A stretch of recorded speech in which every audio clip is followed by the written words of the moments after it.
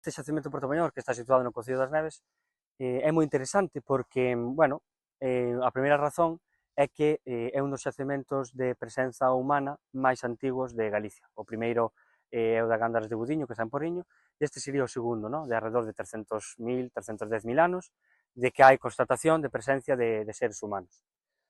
Agora non o podedes ver, pero o río estaría máis ou menos á altura, o que pasa é que cada paso do tempo foi afundindo máis o cauce por tema da erosión. O que se atopou foi un depósito intencionado de bifaces. Os bifaces son como as ferramentas feitas de pedra, talladas polas dúas caras, que servían pois para cortar, non? Para cortar carne e facer bueno, pois, tarefas diarias.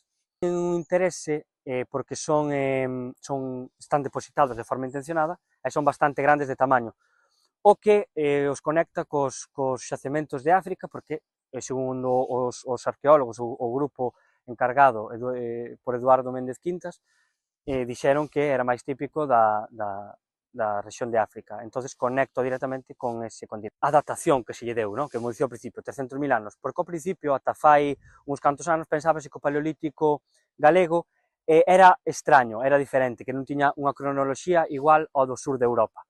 Polo tanto, fixose un relato político de que o atraso de Galicia xa viña desde o Paleolítico. Por que? Porque as etapas cronolóxicas eran moito máis recentes que noutros lugares, no? Que eran máis vellos e estaban máis antigamente ocupados. Van demostrar que, efectivamente, Galicia tiña sufriu os mesmos procesos que sufriu calquera outra rexión de Europa.